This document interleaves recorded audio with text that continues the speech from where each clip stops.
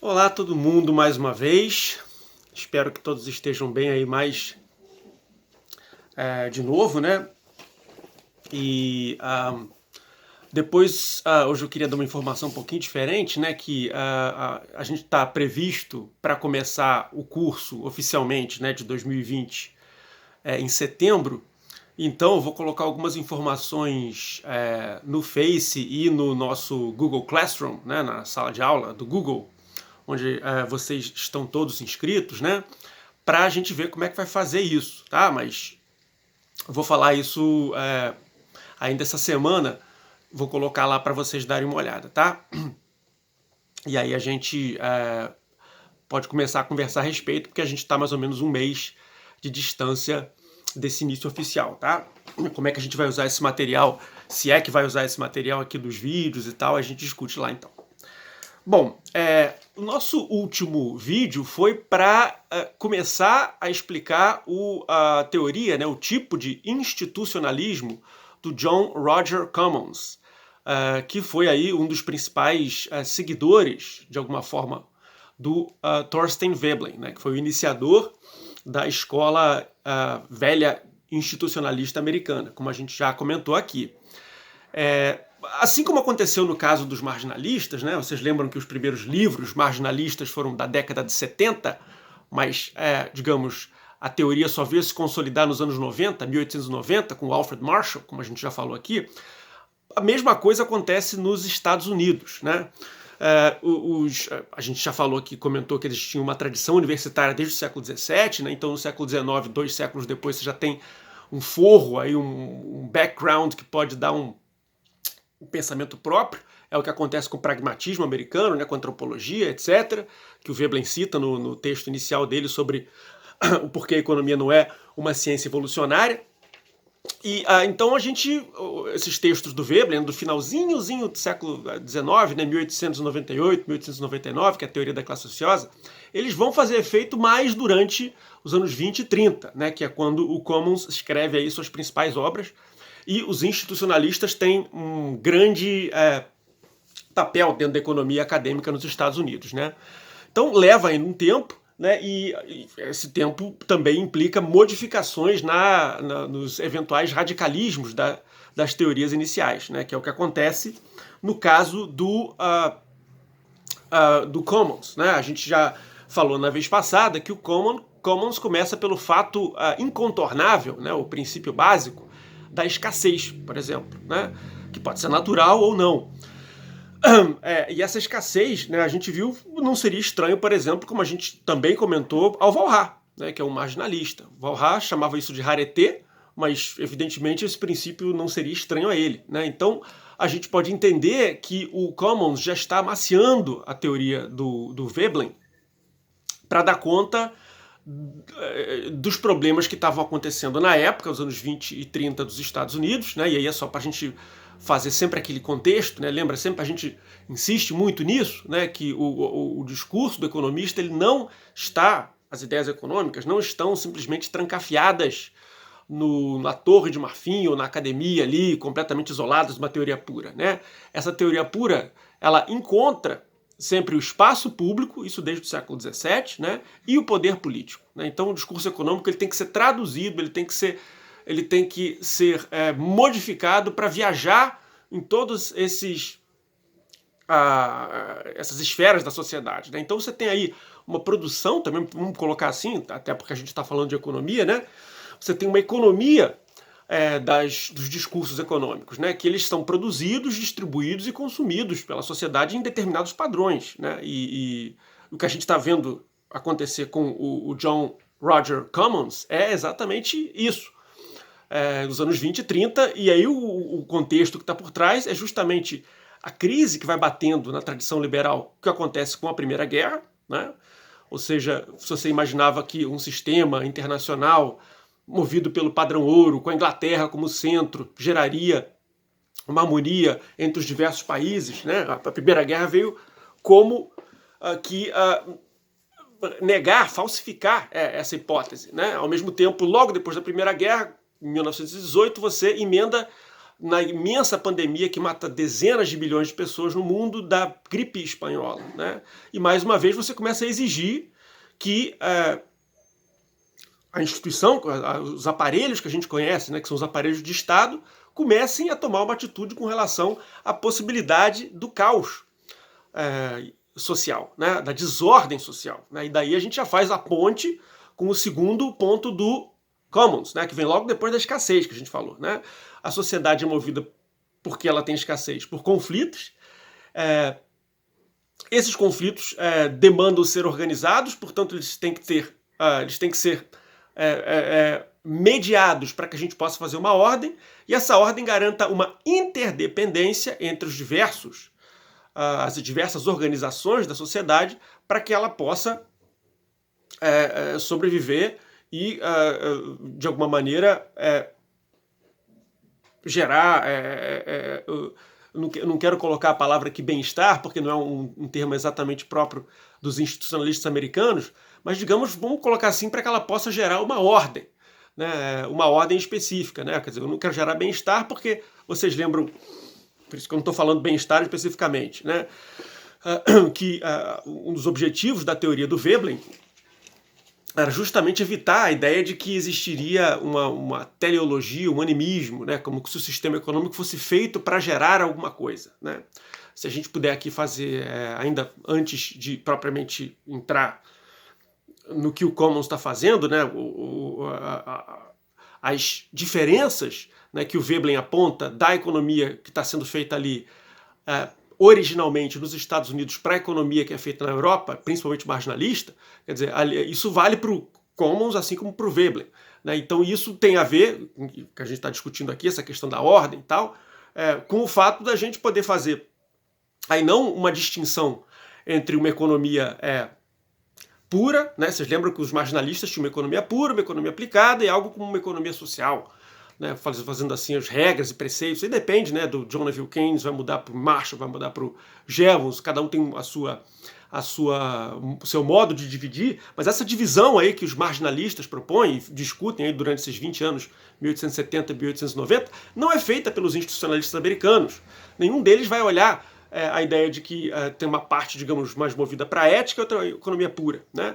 Os institucionalistas não têm como base de análise nem o indivíduo, né, movido pela sua utilidade marginal e que tende com suas ações a chegar a um equilíbrio, nem uma totalidade orgânica, como a gente já falou, dos alemães, né, como uma nação, um folk, um povo, nada disso, né? Eles partem, como o Veblen falou, de rotinas, né? São rotinas repetitivas, hábitos repetitivos, né, que eles chamam de hábitos mentais, muitas vezes, né? E que os hábitos vão se acoplando uns nos outros, e esse acoplamento dos hábitos uns nos outros, que vão sendo selecionados, que sofrem mutações, e que são replicados no tempo, é que são os objetos de estudo, né? Evidentemente eu estou falando de seleção, mutação, replicação, porque são os princípios clássicos lá do Darwin, né? Os princípios evolucionários da economia, né? Que o Veblen está propondo aí adaptar da teoria da biologia para a economia, né? E fazer da economia uma ciência evolucionária, como ele já propôs lá em 1898, né? Então, quer dizer, não é nem o todo, como os alemães, nem o indivíduo, aí como a maioria dos ingleses, é a tradição marginalista, mas é a instituição, ou seja, é o conjunto de hábitos, o conjunto de rotinas, o conjunto de padrões de comportamento. Veblen, só para a gente relembrar, ele estuda padrões de consumo, ele não estuda o consumo do indivíduo, né? Também não estuda o consumo de determinado povo, ele estuda padrões de consumo, né? Aí são padrões de consumo que levam uma classe a consumir para se mostrar, para ostentar, e outra classe para consumir para sobreviver, né? E aí você tem uma classe que tem lazer para se mostrar e outra que tem lazer só para descansar, né? E isso evolui no tempo, né? Esse tipo de padrão evolui no tempo, ele é selecionado, ele é reproduzido, certo? Ele muda no tempo, certo?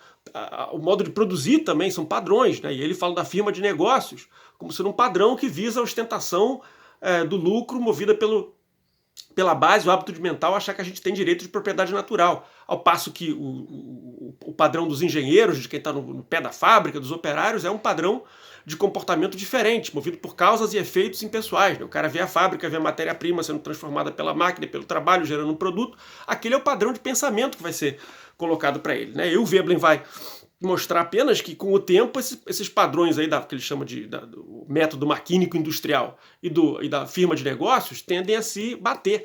Né? Então, esses são padrões, são hábitos, são rotinas, né, que tendem a se bater. Só para a gente lembrar aqui, a gente colocou no finalzinho da teoria da classe de negócios, capítulo 8, o Veblen aponta para o direito e o Veblen aponta para o sistema político como formas de mediação desse conflito, já que o Veblen não é teleológico, ele não acredita que esse conflito possa gerar aí algo como uma sociedade comunista futura, ou uma sociedade socialista, que o homem vai se emancipar das relações de opressão que vigoram sob o modo do sistema capitalista. O Veblen não acredita nisso, mas ele acredita sim que o direito e o Estado podem ter um papel para coordenar, para apaziguar essa relação tensa aí que você tem entre aqueles que trabalham no chão da fábrica, no sistema industrial maquínico, e aqueles que administram via contabilidade, via finanças, esse padrão, né, esse padrão maquínico, né, essas dois tipos de instituições, dois tipos de padrões, né, que o Veblen está tratando.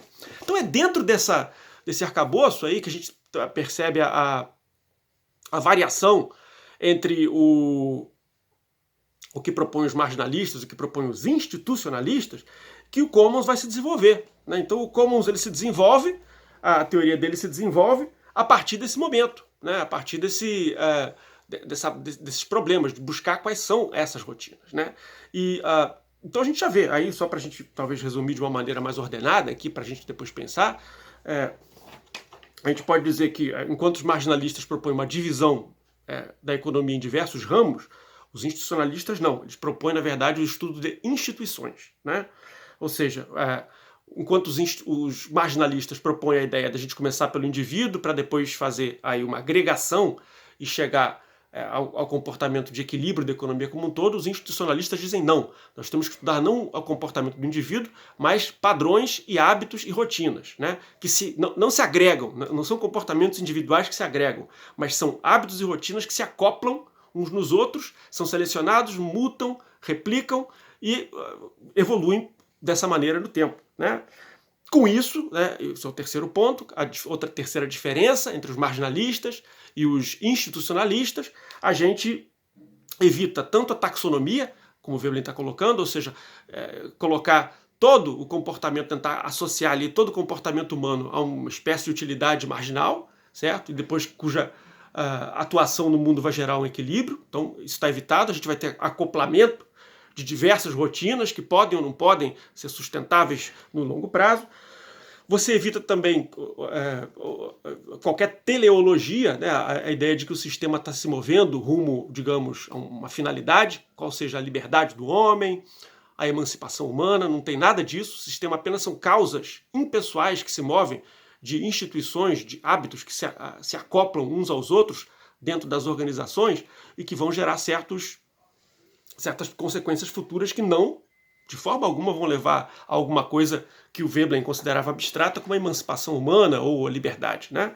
Ao mesmo tempo, você evita qualquer animismo. A ideia é que o sistema econômico seria movido pelas causas naturais ou por uma mão invisível, né? Isso é a interpretação do Veblen, tá? Eu não estou dizendo que o Veblen está correto. A gente podia até fazer uma outra aula para discutir em que medida o Veblen acerta nessa análise que ele faz da HPE. E muitas vezes ele, na minha opinião, ele faz, assim como Marx faz também, isso é bastante comum, na verdade. Os economistas são muito retóricos, né? Eles caricaturizam os seus oponentes para poder, primeiro, se distinguir claramente, e segundo, colocar a sua teoria como muito melhor do que a teoria que ele está querendo superar. Né? Então essa tendência da retórica dos economistas é importante. Mas a gente não vai tratar disso no Veblen, a gente só está tratando do modo como o Veblen vê esses economistas. Né? Então a ideia de que o sistema tem como se tivesse um animismo a isso, né? Como se estivesse movido por uma alma, como se tivesse uma finalidade interna, né, dadas aí seja pela natureza, como nos fisiocratas, ou a mão invisível, ou como se, por exemplo, um povo tivesse que realizar a sua essência, tudo disso o Veblen vai achar animista e fala, não, a gente tem que estudar simplesmente as rotinas que os seres humanos usam no seu dia a dia, como é que elas se acoplam umas nas outras e qual é a evolução desse acoplamento. Se isso aí vai gerar, vai montar ou vai desmontar esses acoplamentos, né? Esse é o ponto central do Thorstein Veblen, e muito disso a gente está falando, né, porque vai ser levado para o Commons, embora de uma maneira mais suave, né, como a gente está colocando aqui. Então, dada esse resumo que a gente faz aí da separação justamente dos marginalistas para os institucionalistas, resta saber como é que o Commons desenvolve todos esses aspectos que a gente está comentando aqui do nosso Veblen, né? Então a gente já comentou aí que vai ter essa escassez inicial, e isso permite a gente fazer uma modificação importante na teoria do Veblen, porque já faz uma ponte possível com aquilo que alguns marginalistas como Walrat estão sugerindo, né, a ideia de escassez como fato básico inicial. Isso gera conflito, interdependência e ordem, né? Mas percebam, enquanto o Walrat poderia dizer, tudo bem, vai gerar um conflito, a escassez, né? Mas se a gente deixar imaginar os indivíduos isolados e o mercado atuando, a gente pode imaginar que os indivíduos, no nível da economia pura, tá? Não estou dizendo que isso não quero reduzir o pensamento do Walrat simplesmente ao que eu estou falando aqui, mas o Walrat sugere que no nível de uma economia pura, se a gente deixar os indivíduos com suas dotações iniciais livremente, esse conflito vai se resolver via mercado, via competição do mercado, né? Cada um com as suas dotações iniciais, você vai chegar a um ótimo ali, né? Só no nível da economia pura, lembrando. Certo? O Commons já não vai pensar isso. Essa é a diferença, né, que a gente está tentando enfatizar aqui, tentando sublinhar aqui com bastante ênfase, né?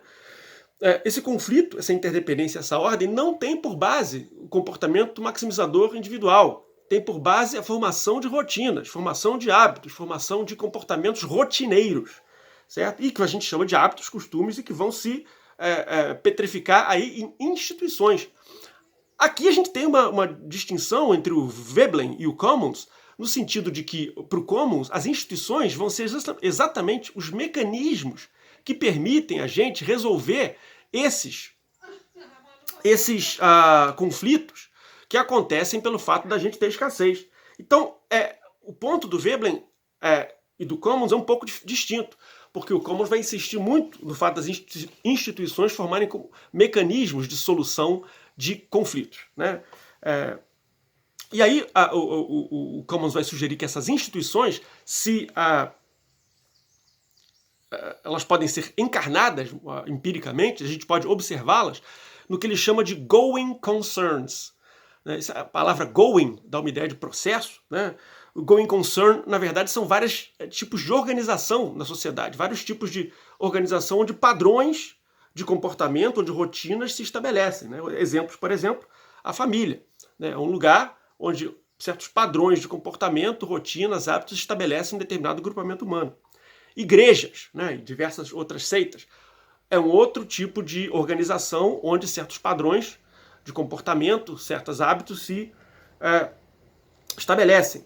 Corporações, né? E aí a gente tem aquelas firmas de negócio e os processos maquínicos industriais do Veblen, né? Também você tem padrões ali que se formam, né? Tanto, só para enfatizar aqui outra cisão que temos entre o Veblen e o Commons, é que o Veblen, enquanto faz essa cisão muito dura entre a firma de negócios, né, interessada na papelada, e o processo maquínico, o processo do chão de fábrica, vamos colocar assim, o Commons não faz essa distinção. Ele coloca a corporação e aí ele chama de going plant, que é a fábrica, os engenheiros, os operários, etc., e o going business, que são os contadores, os administradores e gerentes e etc., né? Mas os dois estão mais colocados de uma forma unida no Commons do que no Veblen, né? Sindicatos, né? Outro exemplo, né? O próprio Estado é mais um quinto exemplo aí que o Commons vai colocar para a gente de organizações que coordenam certos padrões, né?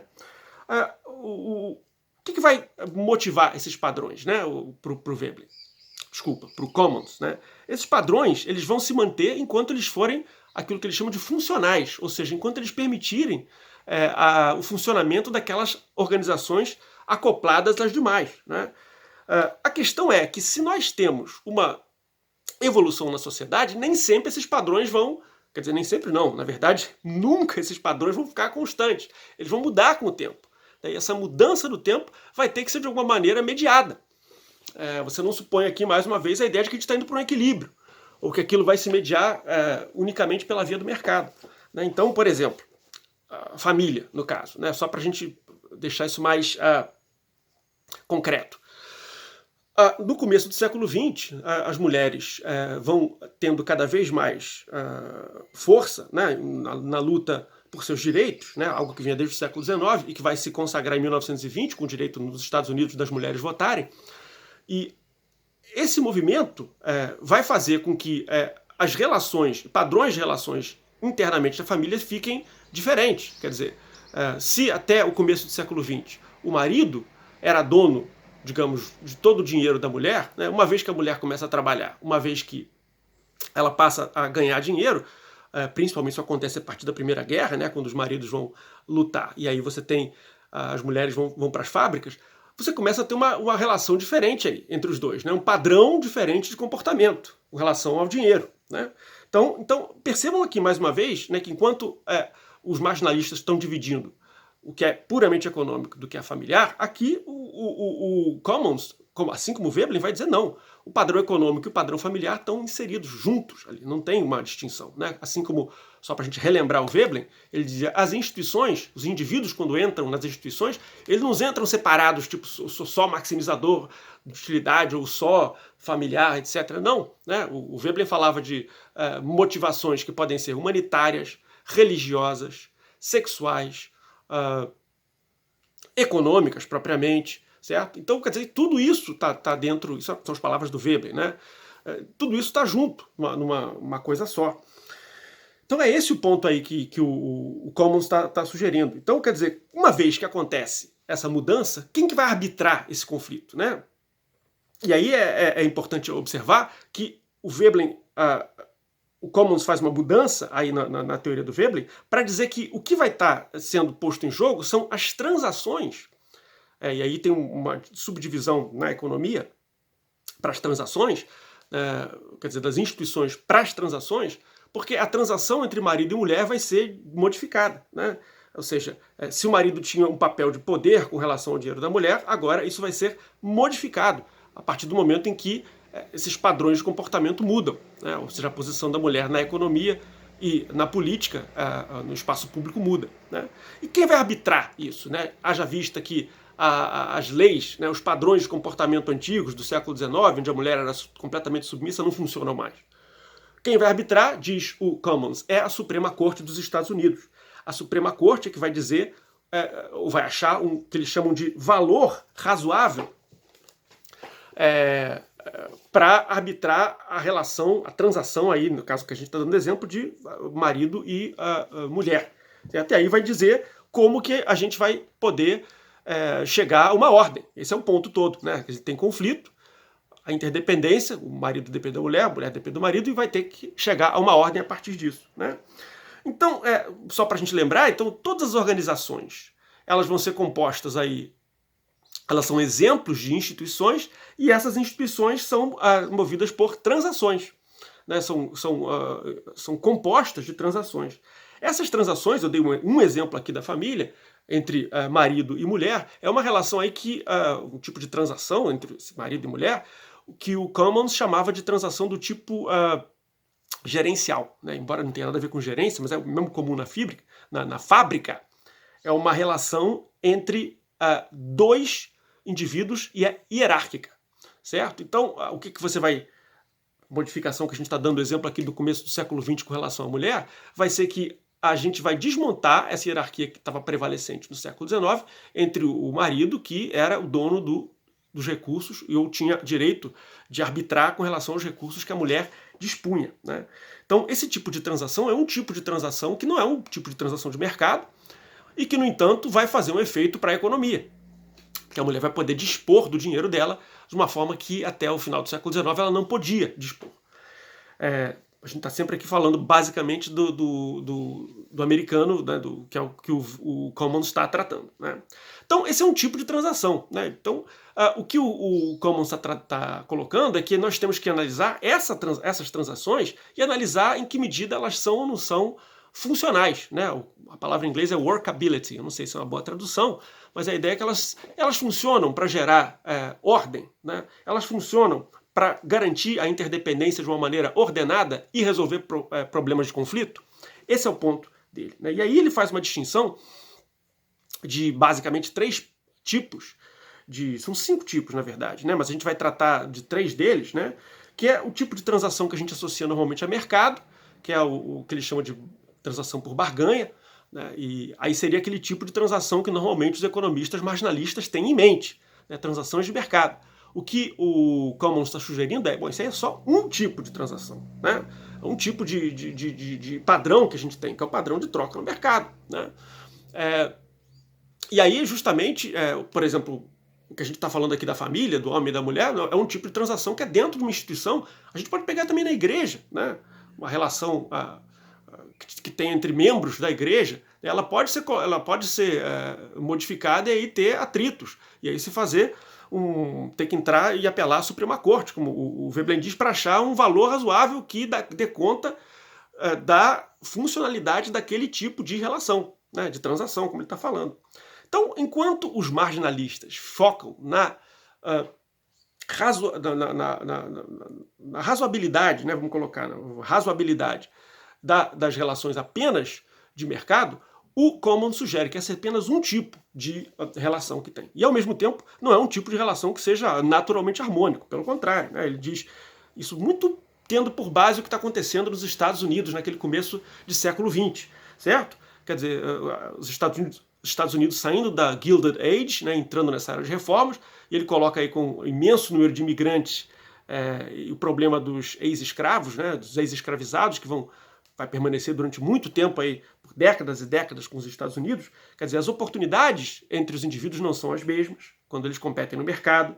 A competição, logo se as oportunidades não são as mesmas, a competição também não é injusta.